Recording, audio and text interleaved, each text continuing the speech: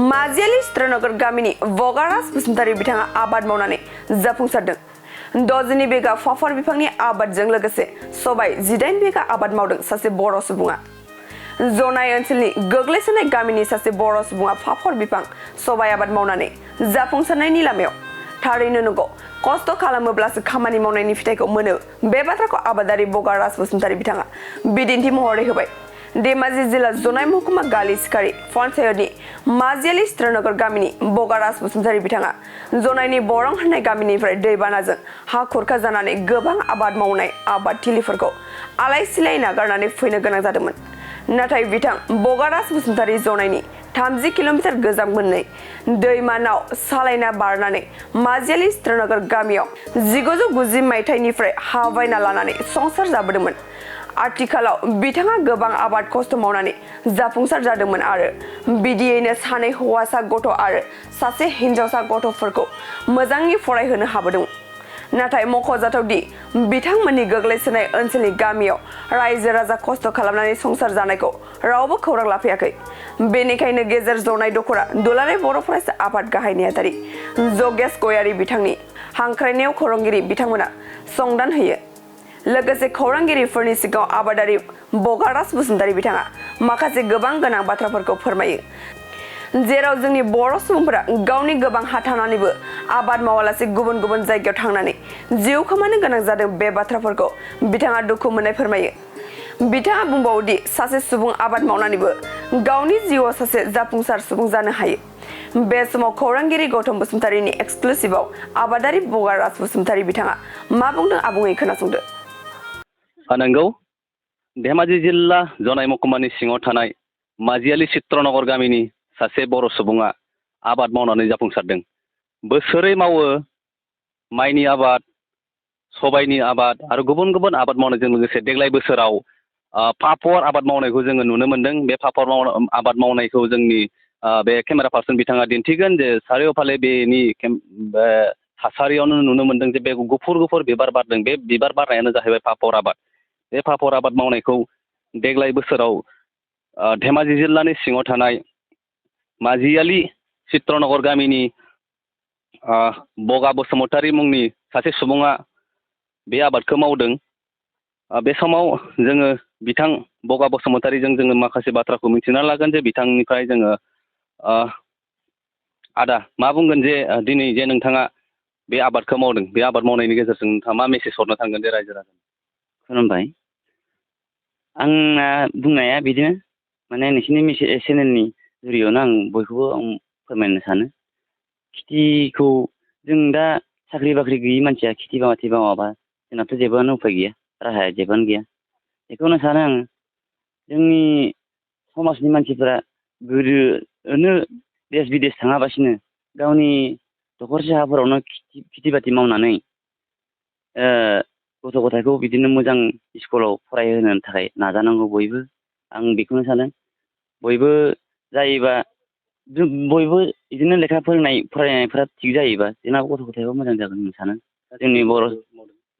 आङो दा 62 बिगा होननानै बुङो आरो 62 बिगा आं मावदों। मावनाय अनगायैबो मा मा आबाद मावबावदों? सबाय बिदिनो 18 बिगासो जागोन, 18 बिगायानो आरो। ओमफ्राय बेनि प्रडाक्टआ ओरैनो माबायदि जायो? बेयो 3 कुइन्टेल पार बिगायाव होनबाय दं मानसिफ्रा। आं बेखौ नाङा, आंनो 2 कुइन्टेल मोनबाबो जायो, आं बिदि सानदों माने। बियो आसामाव जोंनि बेहायनो लाइन बेफारि दं, ओमफ्राय तिनसुकियाव बारा लायो बेखौ, तिनसुकियानि मानसि बारा लायो। फ्राय नुनो मोन्दों जे जोंनि आसामनि गोबां सुबुंफ्रानो नंगौ जे बेबायदि गोग्लैसोनाय ओनसोलाव आबाद मावनायखौ गारनानै जे गुबुन गुबुन जायगायाव थांनानै खायसेया जाफुंसारो, खायसेया रुंसारि जायो गेजेर ससेयावनो थांनानै। बेफोरबायदि सुबुंफोरनो माबायदि मेसेज हरदों? बे मोजां खौरां बे। मानोना माने आं सानो बिदिनो, आं बावैसो बुंलांबाय, हा दखरसे थायोबा बा बे माने गावनियाव थोआबाबो आजिखालि ओरैनो गावनि हायाव 6 बिगानिफ्राय बारा गैखायानो हाया। गोलैसोनाय हा सोरबा मावनो हायैफोरखौ सेंग्रा मानसिफ्रा बिदिनो मावनानै एसे एनै थाखा बहननांगौ। बिदिनो देश बिदेश थांस्लायस्लाय जायगायावनो थाखा दं, आसामावनो मेन। देश बिदेश थांगोन, गाबोन रुंसारि जाबोगोन, गावनि धरक हिनजाव ना जानो बे गथ' गथायखौ आलाय सिलाय जाहोनाय जायो आरो बिमा बिफायाबो आलाय सिलाय जागोन। दा थांगोन बांगालर चेन्नाइयाव बबे जायगायाव थाहैयो बेखौ रावबो नागिरना मोना। होजों गोमानानै थागोन न'निफ्राय लायनोबो हाया। बिदिनो जानानै जोंनि बर' हारिया बिराद गोमालाबायना दं।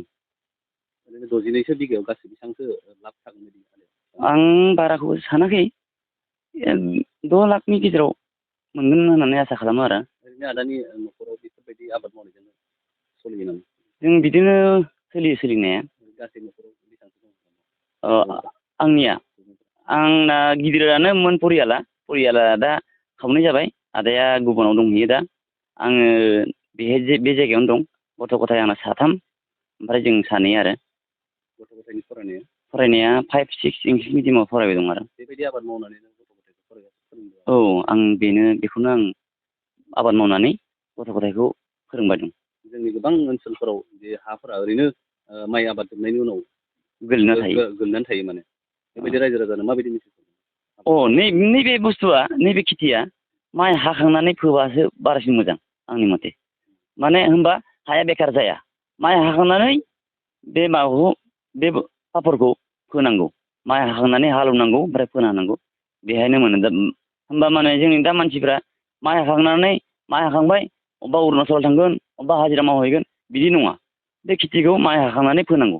जनाय ओनसोलाव बे मोनसेल' जायगायाव बे अजुनाय ओनसोलाव बे आंनिल' अरुणाचलाव बारा मावो बे बुस्थु। एसे बालासिया हा जानांगौ बेनि थाखाय मोजां जायो बे।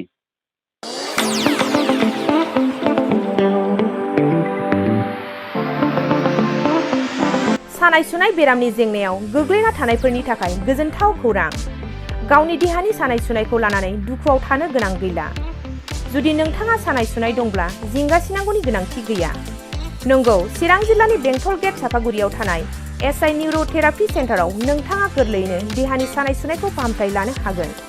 बे सेन्टाराव सिं सानाय, आफादावदै सानाय, मोदोम जरा सानाय, आइजोफोरनि जेंना, खर' सानाय बायदि बायदि रोखोमनि बेरामखौ फाहामथाय होनाय जायो। बे SI निउर'थेरापि सेन्टाराव बेरामिया थानानै फाहामथाय लानो हानायनिबो सुबिदा दङ। नोंथाङा SI निउर'थेरापि सेन्टाराव फाहामथाय लानो गोसो दंब्ला नैबे जानबुं नम्बर 7620160459 नङाब्ला 9476977956 आव थोंजों सुलाद लानो हागोन।